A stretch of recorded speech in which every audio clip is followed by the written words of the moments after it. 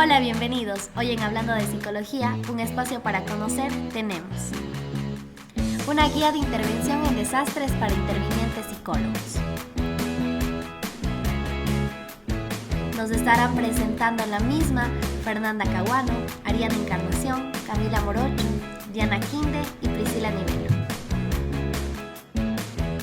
Es un país vulnerable a sufrir desastres naturales, por lo que es indispensable estar preparados para poder implementar acciones que minimicen los efectos. Si bien la coordinación con otros sectores e instituciones es vital, el abordaje de la salud mental debe garantizarse desde la prevención, a través de la identificación de factores de riesgo y de protección, tanto físicos como mentales, así como la atención y la rehabilitación a toda la población con énfasis en los grupos de intervención primaria. Los intervinientes en primera fila pueden desarrollar daños físicos, morales y psicológicos manifestándose en su conducta y pueden evidenciarse a corto, mediano y largo plazo.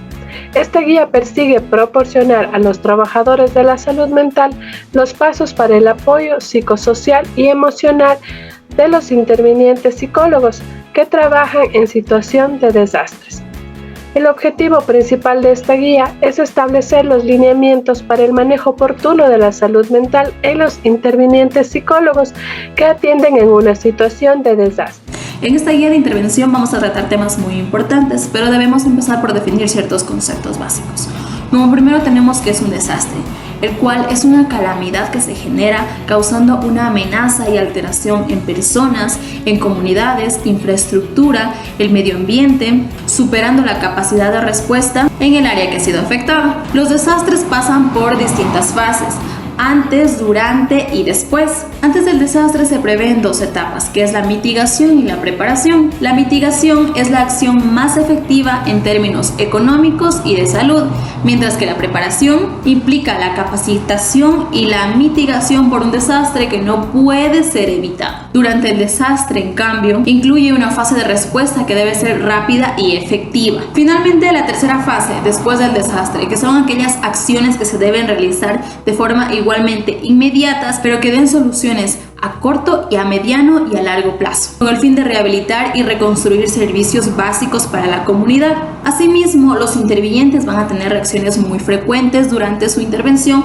en una situación de desastre. En cuanto a sentimientos, generalmente suelen tener tristeza, culpa, irritabilidad, frustración, inseguridad, rabia, apatía. Por otra parte, también van a tener ciertos comportamientos, como por ejemplo, duermen poco o duermen en exceso, tienen pesadillas, sueños recurrentes, su alimentación ha cambiado, tienen conductas irresponsables, como por ejemplo empiezan a conducir a altas velocidades, empieza también el consumo de drogas, alcohol, también evitan situaciones o incluso personas. Finalmente también suelen tener sensaciones corporales, tienen más dolores de cabeza, náuseas, vómitos, suelen tener la experimentación de las situaciones que vivieron durante el desastre, malestar estomacal, tensión muscular, temblores, escalofríos. Y en cuanto a las mujeres, su ciclo menstrual puede cambiar, pueden volverse irregulares. De igual manera, se pueden presentar distintos factores de riesgo en el interviniente. Estos factores de riesgo pueden ser factores interpersonales, como por ejemplo,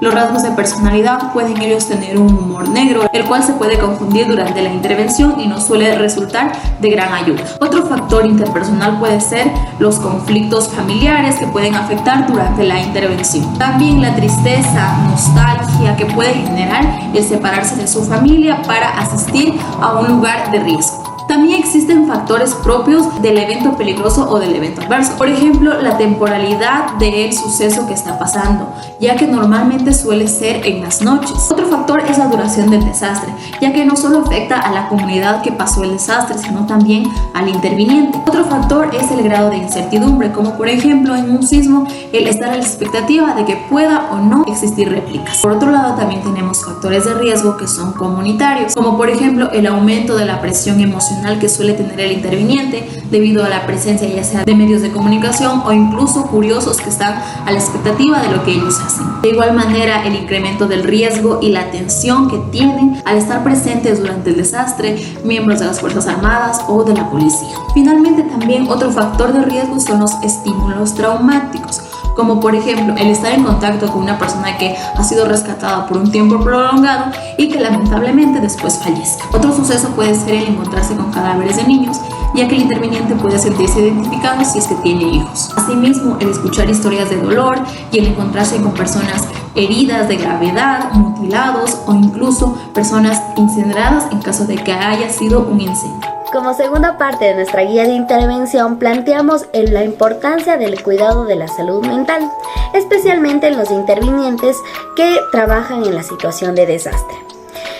Como conocemos todos estos factores de riesgo que se presentan durante la crisis, sabremos que desencadenarán durante y después del desastre algunas manifestaciones como las fisiológicas, que serán dolores de cabeza, dolores de estómago, tensión muscular o tal vez algunas reacciones emocionales como sentimientos de culpa, sentimientos de tristeza o cansancio que podrán manifestar todos los psicólogos. Todas estas reacciones son esperadas y deben ser tanto monitoreadas como darles un seguimiento oportuno que les permitirá a las personas realizar un buen cuidado.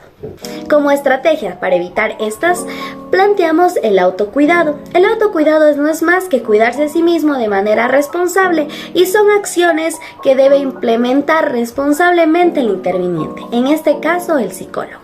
Podemos realizar actividades antes del desastre, como por ejemplo el autoconocimiento, que es identificar habilidades y vulnerabilidades propias de nosotros que nos permitirán desenvolvernos mejor en el campo de acción.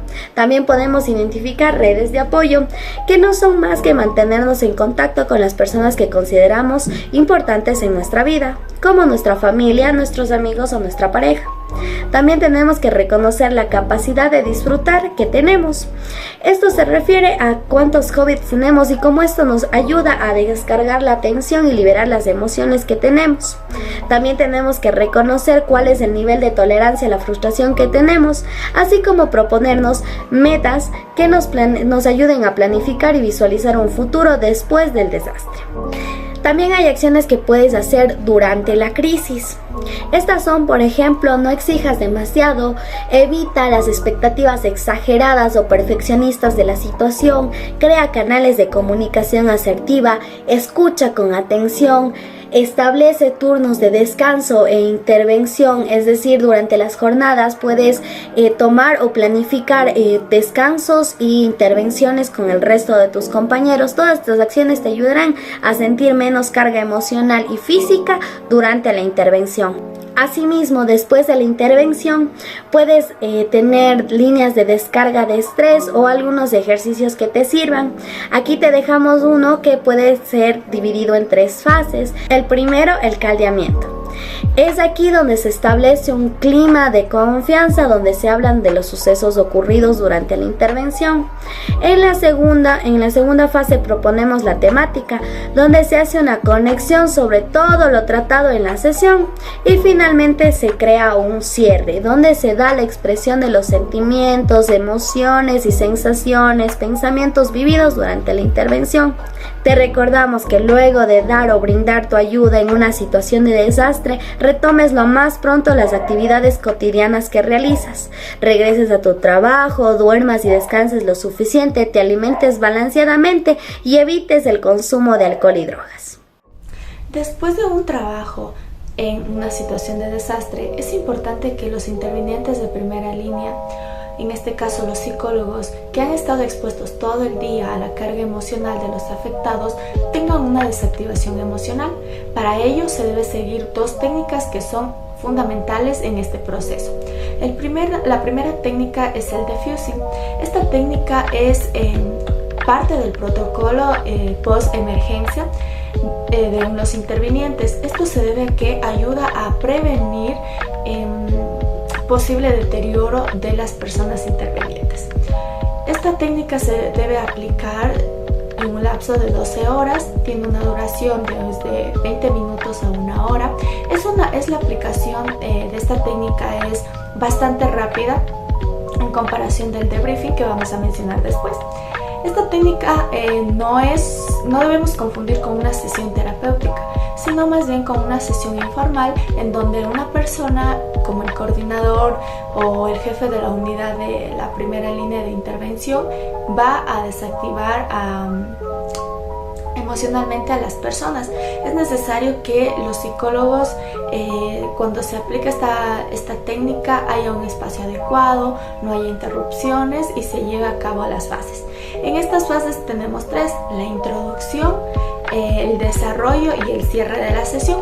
En la introducción se da una breve explicación de lo que va a consistir la sesión y sobre los objetivos de la sesión. En este caso, disminuir la carga de estrés y emocional. Después está la fase de desarrollo. En esta fase las personas voluntariamente van a relatar los hechos que han vivido, los pensamientos que han tenido y las emociones. Finalmente, en la etapa del cierre, el coordinador es el encargado de retroalimentar los relatos que se han contado y sobre todo normalizar las reacciones y emociones que los intervenientes han vivido.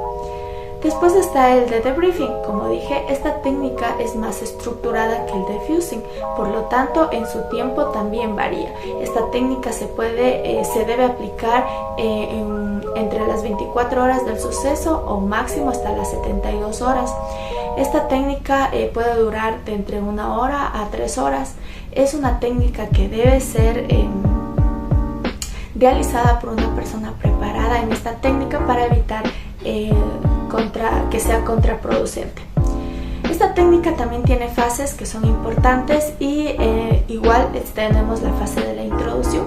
En esta fase lo que se hace es informar sobre la técnica, el objetivo de la técnica y sobre todo poner en claro las reglas que se va a llevar durante este proceso, que muchas veces lleva un tiempo prolongado. En este caso, que no haya interrupciones, no haya celulares, que la persona encargada va a tener coterapeutas que le van a ayudar a estar al pendiente de todos los participantes y se empieza y eso. Después está la fase del relatar los hechos. En esta fase lo que se hace es solo relatar la experiencia o lo que se ha vivido, sin la intervención de pensamientos ni emociones. Es aquí donde radica realmente la complejidad de esta técnica. Generalmente cuando nosotros contamos un hecho, contamos todo en conjunto, es decir, me pasó esto, pensé esto y sentí esto. En este caso lo que se hace en esta técnica es dividir la vivencia en relato el hecho, relato el pensamiento y relato lo que sentí.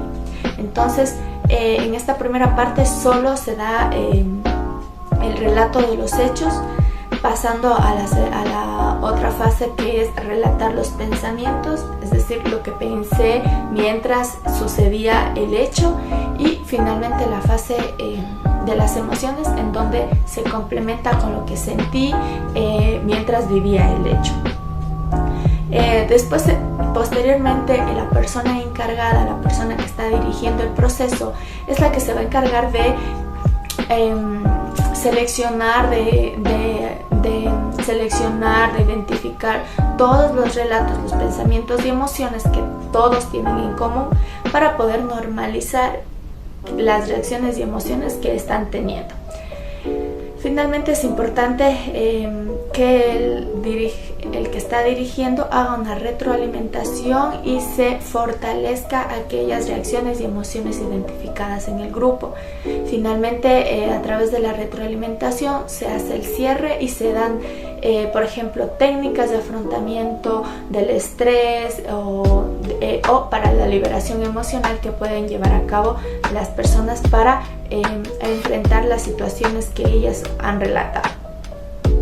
Bien, ahora, ¿cuáles son? Como mencioné, tanto el diffusing como el debriefing tienen varias técnicas que pueden incluir o complementar en el proceso, tanto de liberación como técnicas para disminuir el estrés y la ansiedad. Para la liberación tenemos dos técnicas que se llama el muro del desahogo. Esta técnica consiste en colocar un muro de papel, por ejemplo, en una pared y colocar varios elementos como marcadores, crayones, etcétera, que las personas puedan ir escribiendo, rayando en el muro lo que han sentido durante la jornada laboral. Después tenemos las técnicas de relajación. En este caso tenemos las técnicas de respiración profunda, que son muy útiles al momento de mayor estrés. Y tenemos la técnica del abrazo de mariposa. Esta técnica consiste en la estimulación de los dos hemisferios y que nos permite a su vez relajarnos mientras estamos pensando o reviviendo el suceso que hemos vivido. En este caso se debe colocar las manos en el pecho y antes de toquecitos, a través de una respiración, ir pensando, sintiendo lo que hemos vivido.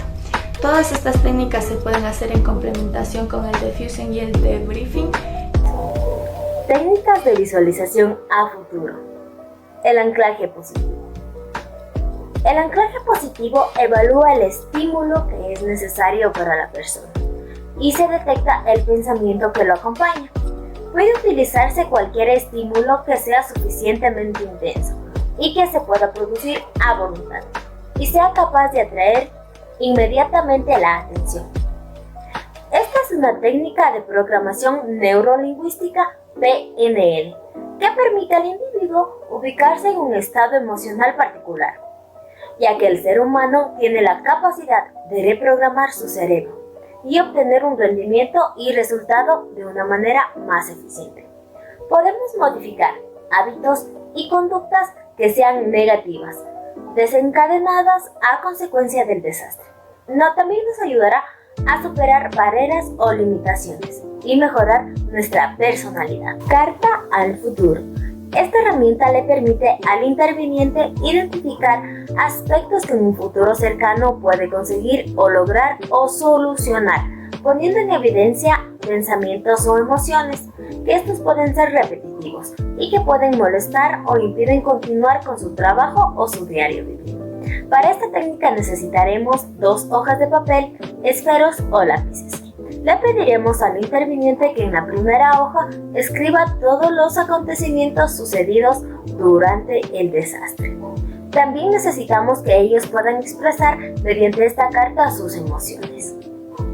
Al terminar esta carta, en la segunda hoja le pediremos al interviniente que escriba las soluciones posibles al problema o a los problemas suscitados durante el desastre o la primera carta que realizaron.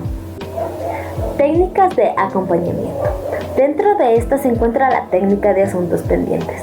Esta pertenece a la escuela gestáltica que le permite al interviniente expresar aquellas emociones, situaciones o problemas que no le permitan continuar con su vida. Esta técnica también ayuda a cerrar los círculos pendientes, liberar aquellas emociones y energías que se encuentran reprimidas, exponiéndolas en el momento presente. Para poder realizar esta técnica necesitamos una hoja de papel y un esfero. Pediremos amablemente al interviniente que escriba todos los problemas, situaciones y emociones durante el desastre y también en el presente. Pediremos que lean la carta voluntariamente y también que proporcionen soluciones viables a las distintas situaciones o problemas presentados. Para concluir esta técnica es necesario preguntar qué desean hacer con la carta. Se la puede quemar, se la puede romper, rueda de disgustos. Esta actividad consiste en proponer a los participantes hablar sobre los distintos inconvenientes o problemas suscitados durante la intervención, pero sin referirse a una persona en específico, sino directamente a la situación o problema dado. Luego el facilitador pedirá que se busquen soluciones a las situaciones que se han planteado, permitiendo que los participantes trabajen en equipo. Algunas recomendaciones para intervinientes en primera línea, en especial para los psicólogos. Primero, tener un plan de autocuidado. Segundo, tener conocimientos en primeros auxilios psicológicos. Tercero, poner en práctica las técnicas descritas anteriormente. No lo olvides, es algo muy fundamental. Cuarto, después de la situación de desastre, no minimices tus emociones, ni trates de disminuirlas con el uso de estupefacientes o abuso del alcohol. Quinto, busca ayuda psicológica si sientes malestar o dificultad para reintegrarte a tus actividades cotidianas. Espero que este video te haya gustado y nos vemos en el próximo.